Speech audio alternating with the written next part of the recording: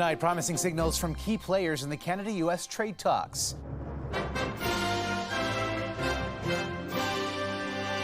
Where things stand after a lengthy face-to-face in Washington. We need to be able to have year-round fleets in all three coasts. And who's in the hunt to build Canada's new submarines?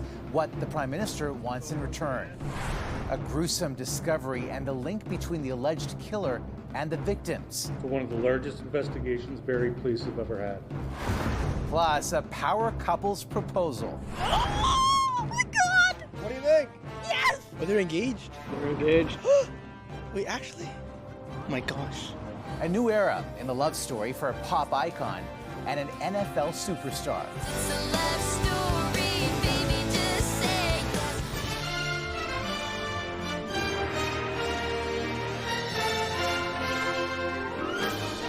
CTV National News with Omar Sachedina. Good evening. Still no deal, but positive signs after a high-stakes face-to-face today. The Canada-U.S. Trade Minister back in the U.S. Capitol to meet with Donald Trump's point man on tariffs and trade. Let's get straight to CTV's senior political correspondent, Mike Couture, who is in Washington tonight. And Mike, what can you tell us about the meeting and what came out of it today? Well, Omar, the meeting was scheduled for an hour, but according to Dominic LeBlanc's office, it lasted for over 90 minutes. Later in the day, LeBlanc posted a photo of himself standing next to the Secretary of Commerce, Howard Lutnick, describing the meeting as productive. His office has also called it constructive and lengthy. Joining LeBlanc in the meeting were Canadian Ambassador to the U.S., Kirsten Hillman, and the Prime Minister's Chief of Staff, Marc-André Blanchard. The details of the meeting are being closely guarded, but it does come just days after Prime Minister Mark Carney announced Canada will be dropping some of its counter tariffs on American goods. And one former U.S. ambassador to Canada believes that move has opened a door. I'm optimistic that something material can be a result in the foreseeable future. Canada, I think, has the opportunity to strike a deal that may be much better than the rest of the world. Meantime, the U.S. continues to have a series of tariffs on Canadian steel, aluminum, copper, and the deeply integrated auto industry. Prime Minister Carney said Canadian counter-tariffs on those sectors will remain in place.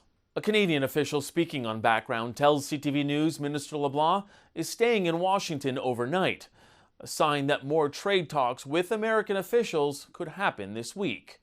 Omar. Mike Couture in Washington. Mike, thank you. And as Canada tries to repair those tensions, the Prime Minister continued his push to deepen economic relationships in Europe today, to move away from the country's reliance on the U.S. CTV's Abigail Beeman on what big-ticket item Canada is considering buying and what Mark Carney wants in return. It's what class of submarine? Prime Minister Mark Carney tours a shipyard. The German-Norwegian consortium TKMS is pitching Canada to buy its submarines. Our subs are quieter than Canadian Snowfall, but tougher than a player in the Stanley Cup final. In Berlin, the government announced it's narrowed its search for up to 12 new submarines to 2 companies, this one and South Korea's Hanwha. It's not about buying the big shiny object from the showroom floor. It's about how you are going to sustain that capability over what will probably end up being 30 to 40 years. Canada's submarine fleet is so old it will be decommissioned by 2035. Senior government officials describe the situation as having some urgency. We need to be able to have year-round fleets in all three coasts under quite demanding conditions. So that's how the field narrows quite quickly. In addition to tricky technical requirements, the government wants a purchase as massive as this one to have an equal investment in Canada. Really positive indication of with this announcement today, which is atypical for the way Canada's generally approached big procurements, and based on a project budget that could get into like $100 billion range. This could end up being the single most expensive and largest defense acquisition that we've ever undertaken.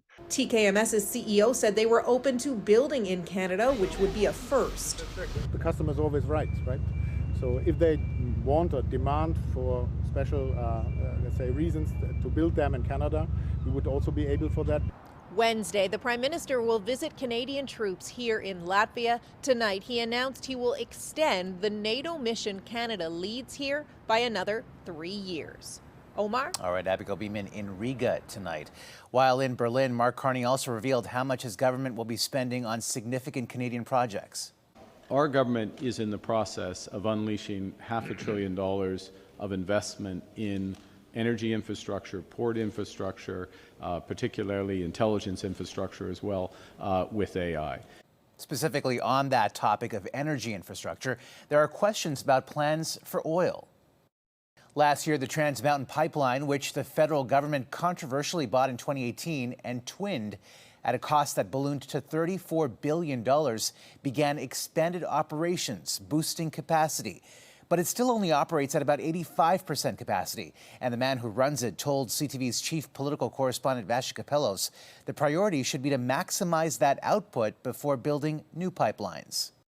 My personal belief, is that you look at the optimization of your existing pipelines as the first thing you do, because it's the easiest thing to do. And then add capacity as it's needed.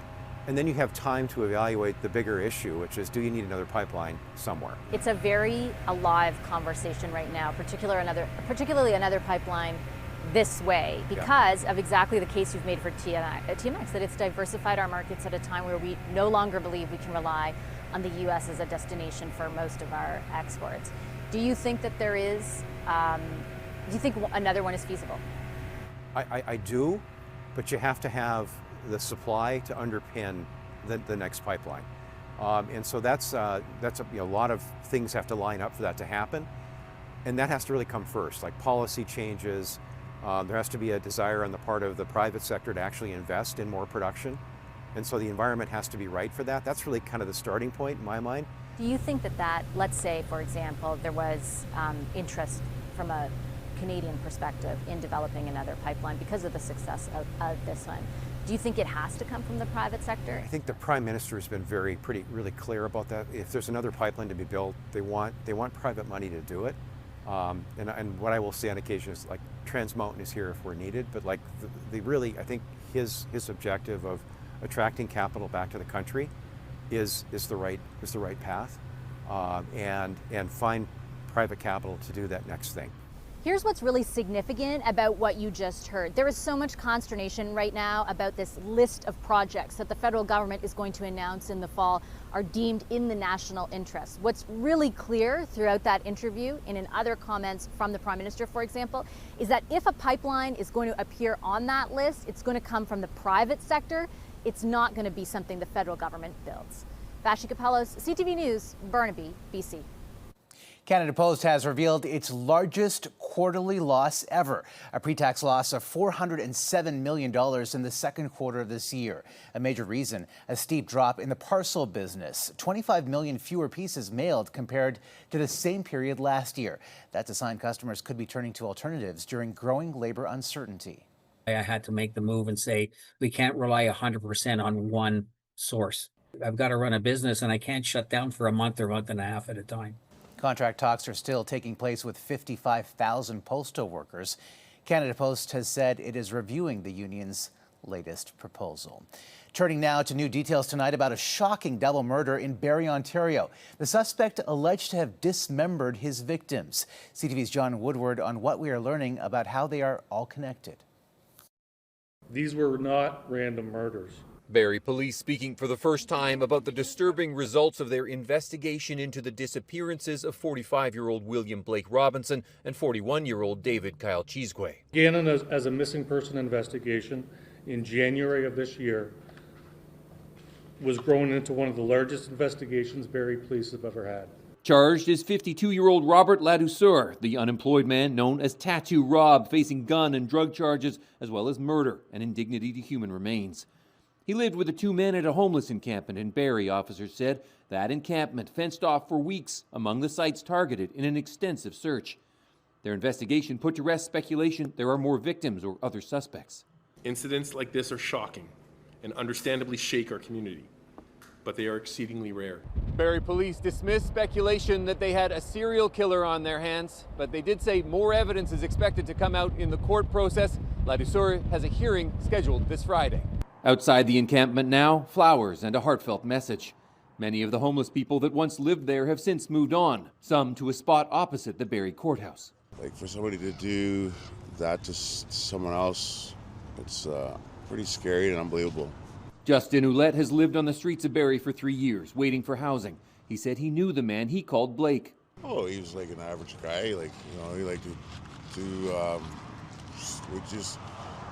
we hung out and went to parties and stuff. It can happen to anyone, especially being homeless. Another homeless man, Jesse French, said he avoided the encampment. You see people come and go all the time, right? And you never know if sometimes people just disappear for good reason or bad reason. You don't know, right? French said he was grateful to have at least an explanation in the men's disappearances. John Woodward, CTV News. Health officials in London, Ontario are redeclaring a Legionnaire's disease outbreak and say they've uncovered the source after 4 people died and more than 90 people were sent to hospital. Nearly 3 weeks ago, a local health unit declared the outbreak was over, but 25 new cases emerged, leading to more testing. Officials say the bacteria, which is a severe form of pneumonia, was found in multiple cooling towers at 9 separate locations, and a subtype of the bacteria linked to the outbreak was discovered in a cooling tower at a meat processing plant. An Ontario man is speaking out after his wife died from sepsis after giving birth in hospital, accusing staff of failing to intervene in time to save her life. Here's CTV's Adrian Gabriel. On the wall inside the Sadu family home, a photo of a loving mother is lined with sticky notes, love letters from a 7-year-old and 6-year-old daughter who still think their mother might come home. Sometimes they start preparing for her arrival. On June 19th, 40-year-old Ravinder Sadu arrived here at Mississauga, Ontario's Credit Valley Hospital to deliver her 3rd child. 4 days later, she was dead. The initial cause of death, organ failure due to a Group A strep infection. Her husband is accusing the hospital and its staff of gross negligence. We begged for help, which never arrived. Now I learned that sepsis is a race against time, but doctors never started the clock. Just 6 hours after the delivery of her newborn baby boy, Sadu said she felt like she had hypothermia, struggling to speak. Her temperature spiked, as did her white blood cell count and heart rate. Withering in pain, for 2 days her family says she was only given Advil and Tylenol.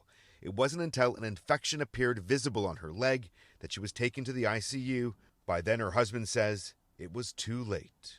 By that point, she was already being eaten alive by the bacteria. In 2023, there were 4,600 cases of invasive Group A streptococcus in Canada, a 40% increase from 2019. When you see, those red flags, you have to intervene, right? And a lot of professionals are actually trained to deal with this, with these types of symptoms. Though patients are still dying. In February, CTV News sat down with a London, Ontario father whose wife also lost her life from the same deadly infection. How do you tell your 4-year-old girls that they're never going to see mommy again? Sadu's family have filed these complaints with the Patient Ombudsman of Ontario and the College of Physicians and Surgeons. I really hope that it will be a catalyst of change. What will you tell your 3 children about their mother one day? Your mother was a fighter. Have strength like your mother.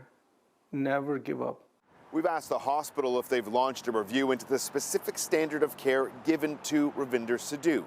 In an email late this afternoon, Credit Valley would only say that a thorough review is part of their standard practice, led by clinical experts.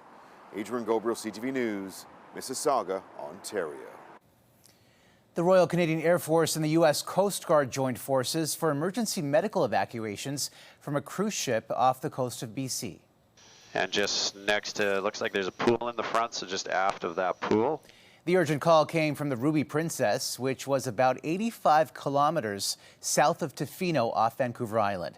The rescue efforts involved aerial oversight from a Canadian aircraft and medical evacs of 2 people from Canadian and American helicopters.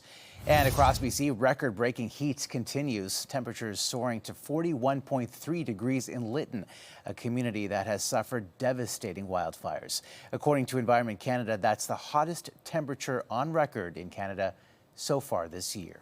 On Canada's east coast, a wildfire in Nova Scotia's Annapolis County has doubled in size, forcing more residents to flee. The Long Lake fire has left more than 1,000 people wondering if they will have anything to return to. CTV's Paul Hollingsworth on the agonizing wait.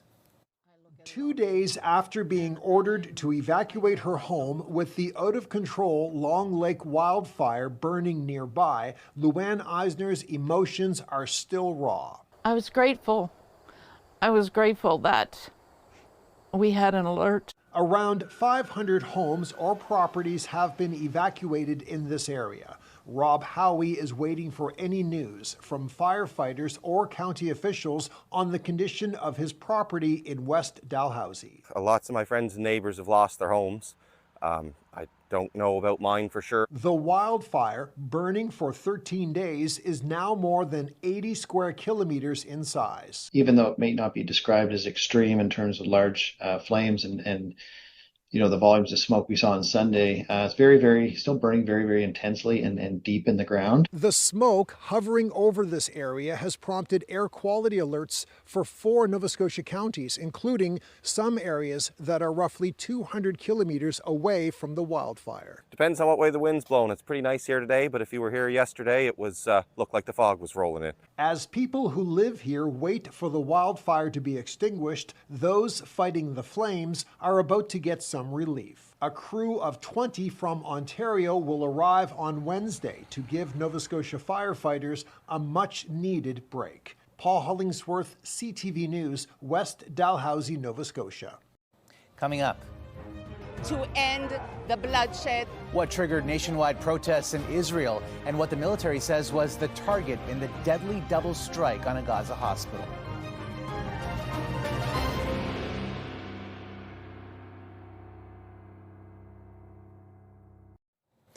Growing international condemnation tonight over Israel's deadly airstrikes on a Gaza hospital that killed at least 20 people, including 5 journalists, in an area often used for live streaming by media outlets. Yesterday, Israeli Prime Minister Benjamin Netanyahu called it, quote, a tragic mishap. Today, the military revealed its intended target without providing any evidence. Here's CTV's Heather Wright. On a highway outside of Tel Aviv, protesters burned tires, blocked traffic, and demanded an end to the war in Gaza. These are the largest anti-war demonstrations in Israel since the Hamas-led attacks of October 7th, which triggered the conflict. Accept the deal that's on the table to end the bloodshed. That deal, a 60-day ceasefire and release of 10 living hostages, has been agreed to by Hamas but was reportedly not discussed at an Israeli cabinet meeting this afternoon. Prime Minister Benjamin Netanyahu wants a comprehensive truce and is pushing ahead with a renewed offensive in Gaza. On Monday, Israel struck one of the only functioning hospitals, then hit the facility a second time as journalists and rescue workers rushed to the scene. At least 20 people were killed, including 5 journalists. Israel says the strike was targeting a Hamas camera and will investigate what happened. I've worked in that hospital. Nicole Lessard spent 3 months in Gaza this summer working as a nurse with Médecins Sans Frontières.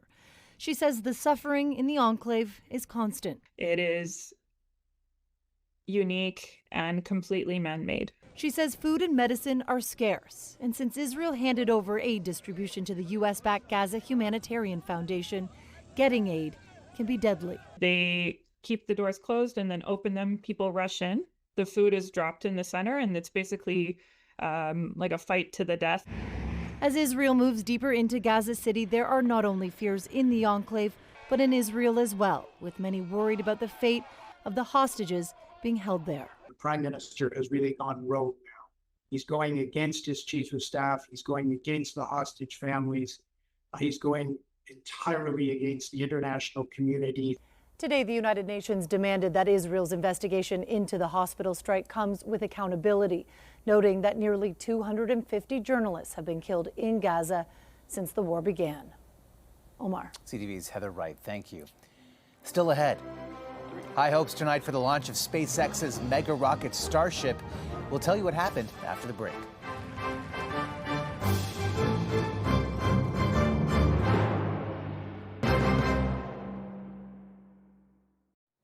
A violent house explosion that rocked a Missouri neighborhood was caught on camera. A doorbell camera captured the moment of the blast, then debris rained down on the neighborhood. At least 5 people were injured and more than 20 homes damaged, some severely. The cause of the explosion still unknown. Ominous scenes in Arizona as a towering wall of dust swallowed the city of Phoenix, disrupting drivers and knocking out power. It also grounded flights at Phoenix International Airport, one of America's busiest. Heavy rain and wind followed the storm, adding to travel delays. 3, 2, 1. And SpaceX successfully launched its 10th test flight of the massive Starship spacecraft following several failures earlier this year. Scheduled flights in the past few days have been scrubbed because of technical and weather issues. Dubbed the world's most powerful rocket and spacecraft combo, it's being prepared for a mission the company believes could one day carry astronauts and cargo to the moon and to Mars. Still ahead.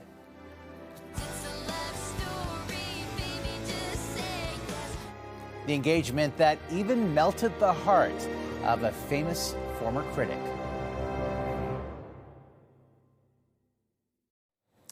Well, by now you've probably heard she said yes. We're talking, of course, about pop icon Taylor Swift and NFL star Travis Kelce, the power couple who know as much about filling stadiums as they do each other's hearts. CTV's Andrew Johnson on their new era. It's a love story suddenly stealing late summer headlines, leaving Swifties screaming in delight. Oh my God! What do you think? Yes! Oh my gosh. Oh my God, it's crazy. Into a news cycle dominated by trade, and Trump dropped this Instagram post. If you can still break the internet, this'll do it. A photo of Travis Kelce proposing to Taylor Swift in a beautiful flower-filled garden. Captioned, "Your English teacher and your gym teacher are getting married." Nice little poke at them just being normal folks, of course, but worth billions. Yes, this isn't your garden variety ring, boasting a massive rectangle cut diamond Kelce helped design that may have set him back more than $1 million. It's some ring. Take a look at that thing. You could go blind if you look straight into it if the sun hits it in the right way. Fans somehow figured out the dress Swift is wearing is from Ralph Lauren. It immediately sold out. The 2-year courtship between arguably the biggest star on the planet and the Kansas City Chiefs tight end started at a Swift concert. Kelce showed up to give her a friendship bracelet with his phone number on it. He didn't get to meet her, but shared the story on his podcast, which got the ball rolling. This podcast got me a boyfriend ever since Travis decided to use it as his personal dating app about 2 years ago. The engagement has immediately earned presidential approval. He's a great player. I think he's a great guy, and I think that she's a terrific person. So I wish them a lot of luck. Next up, what could be the pop culture wedding of the century? Date and location to be determined. Andrew Johnson, CTV News, Vancouver. A lot of people waiting for that. That's a snapshot of this Tuesday for all of us at CTV National News. Thanks for watching. Good night and see you tomorrow.